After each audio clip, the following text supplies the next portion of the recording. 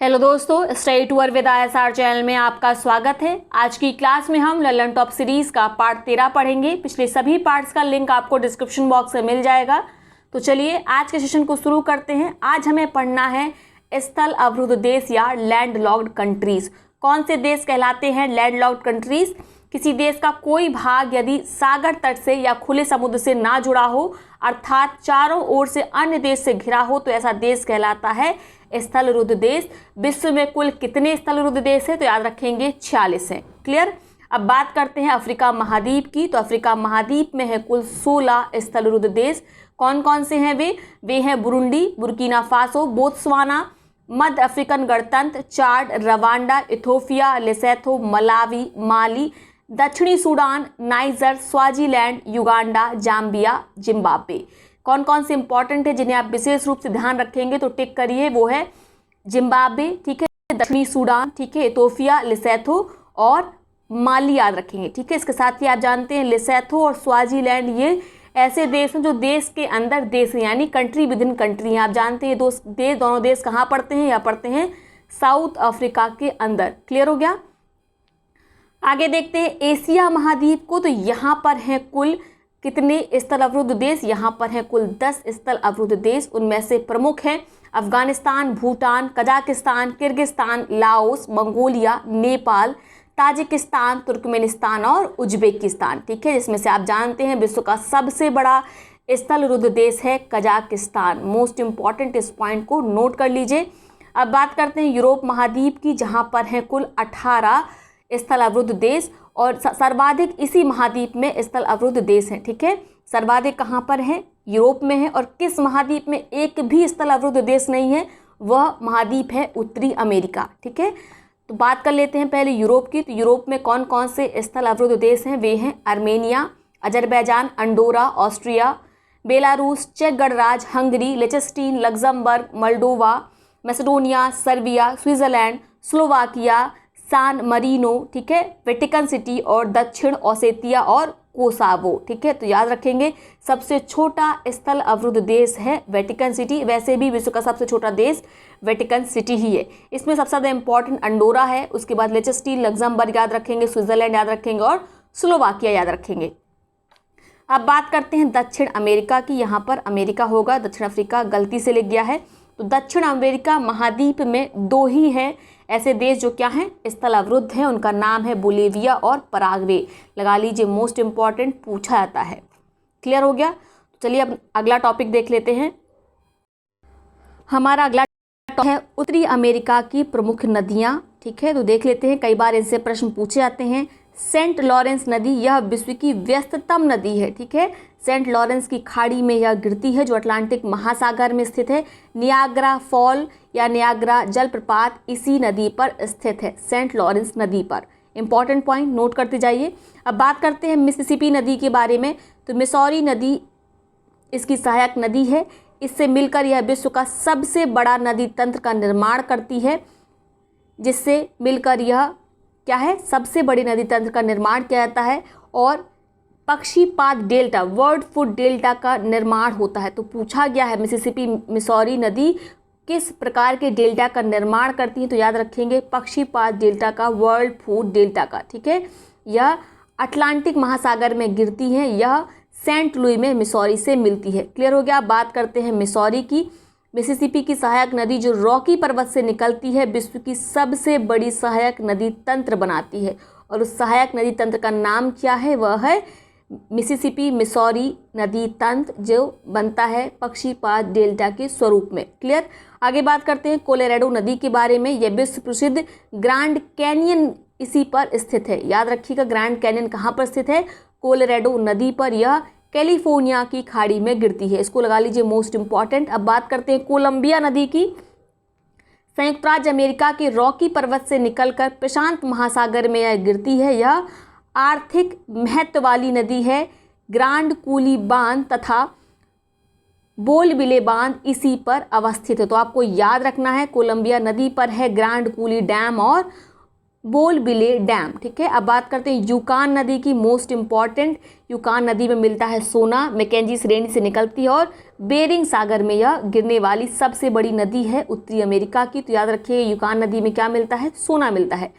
बात करते हैं मैकेंजी नदी की, ग्रेट स्लैब झील से निकलकर यह नदी ब्यूफोर्ट सी या ब्यूफोर्ट सागर में गिरती है। कनाडा की सबसे लंबी नदी है, याद रख पाएंगे।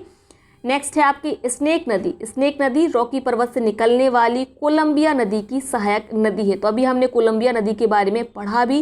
ठीक है, क्या पढ़ा था हमने कोलंबिया नदी के बारे में कि इस पर डैम है, ग्रैंड कूली डैम और बोलबिले डैम। आगे बात करते हैं नेल्सन नदी के बारे में। विनिपेग झील से निकलने वाली नदी हडसन की खाड़ी में गिरती है। कहाँ से निकलती है, विनिपेग झील से। ठीक है, अब बात करते हैं रेड नदी के बारे में। टेक्सास में मिसिसिपी की यह सहायक नदी है। तो यदि पूछा जाए रेड नदी किसकी सहायक है तो याद रखेंगे मिसिसिपी नदी की सहायक है रेड नदी। अब बात करते हैं हडसन नदी की। संयुक्त राज्य अमेरिका की न्यूयॉर्क के एडिरॉनडेक पर्वत से निकलकर अटलांटिक महासागर में गिरती है हडसन नदी। क्लियर हो गया। तो अब उत्तर अमेरिका की इसके साथ ही हम प्रमुख झीलें देख लेते हैं।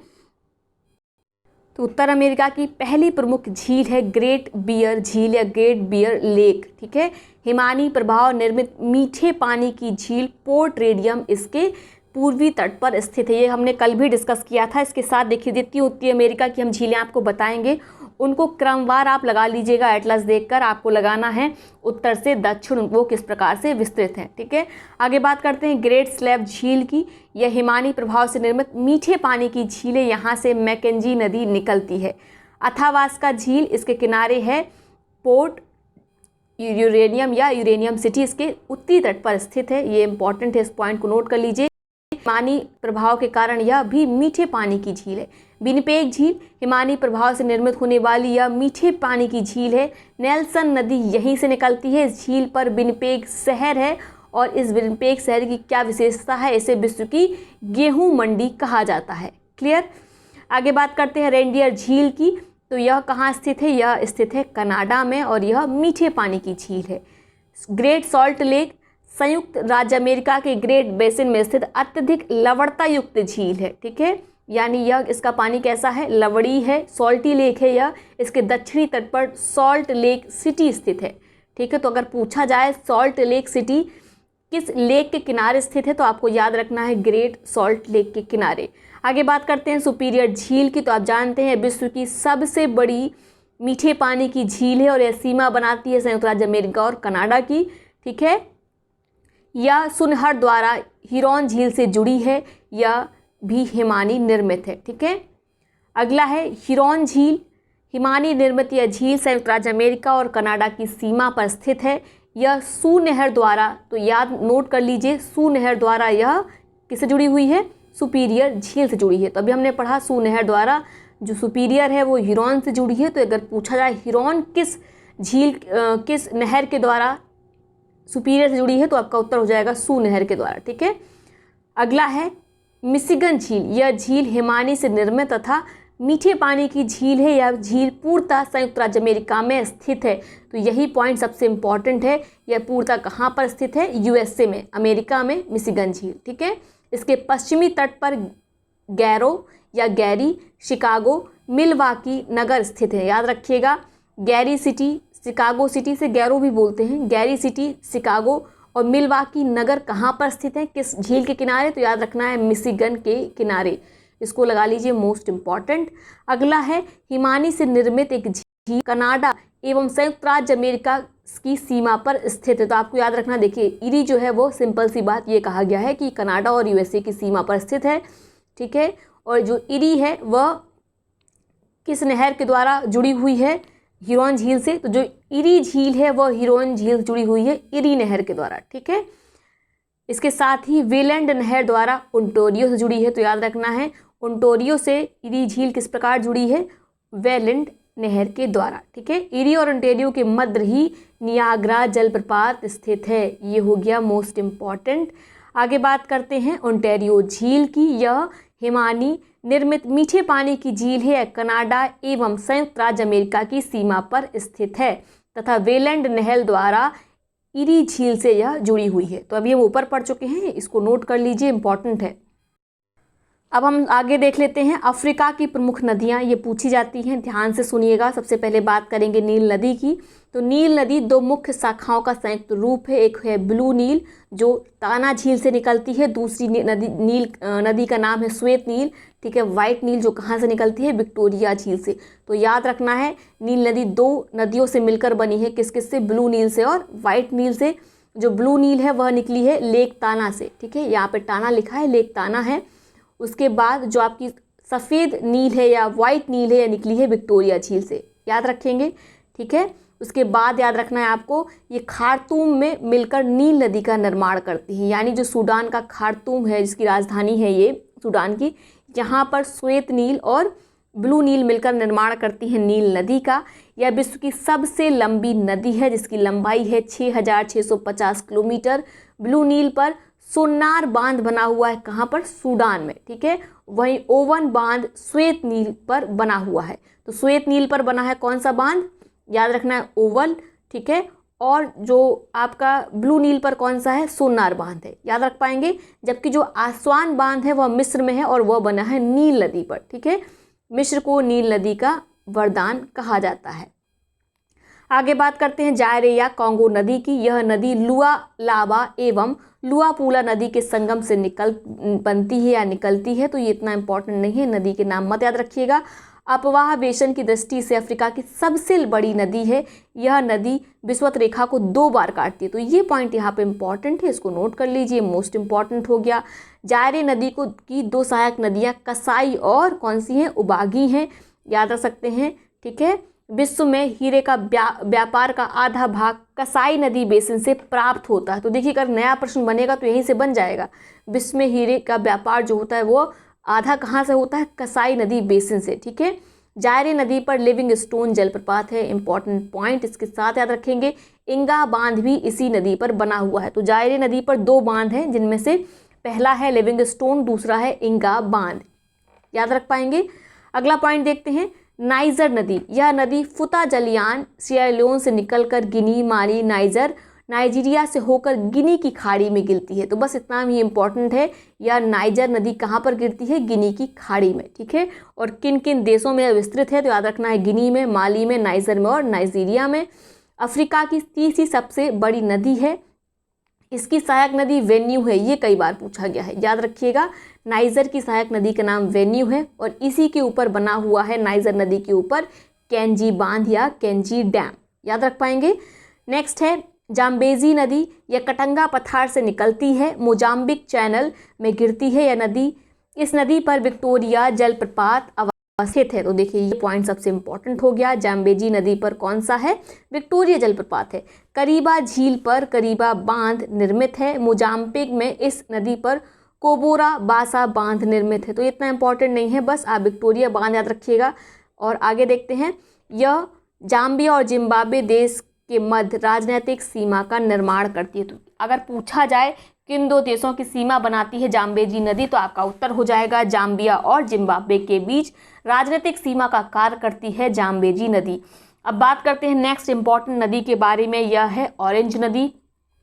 यह निकली है कहाँ से, ड्रैकेंसबर्ग पर्वत से, ठीक है, लेसोथो से। लेसोथो क्या है, एक स्थल अवरुद्ध देश है जो स्थित है साउथ अफ्रीका के अंदर। यह कंट्री विद इन कंट्री है, देश के अंदर एक देश है, ठीक है। यहाँ से निकलकर ये कहाँ गिरती है, यह गिरती है अटलांटिक महासागर में।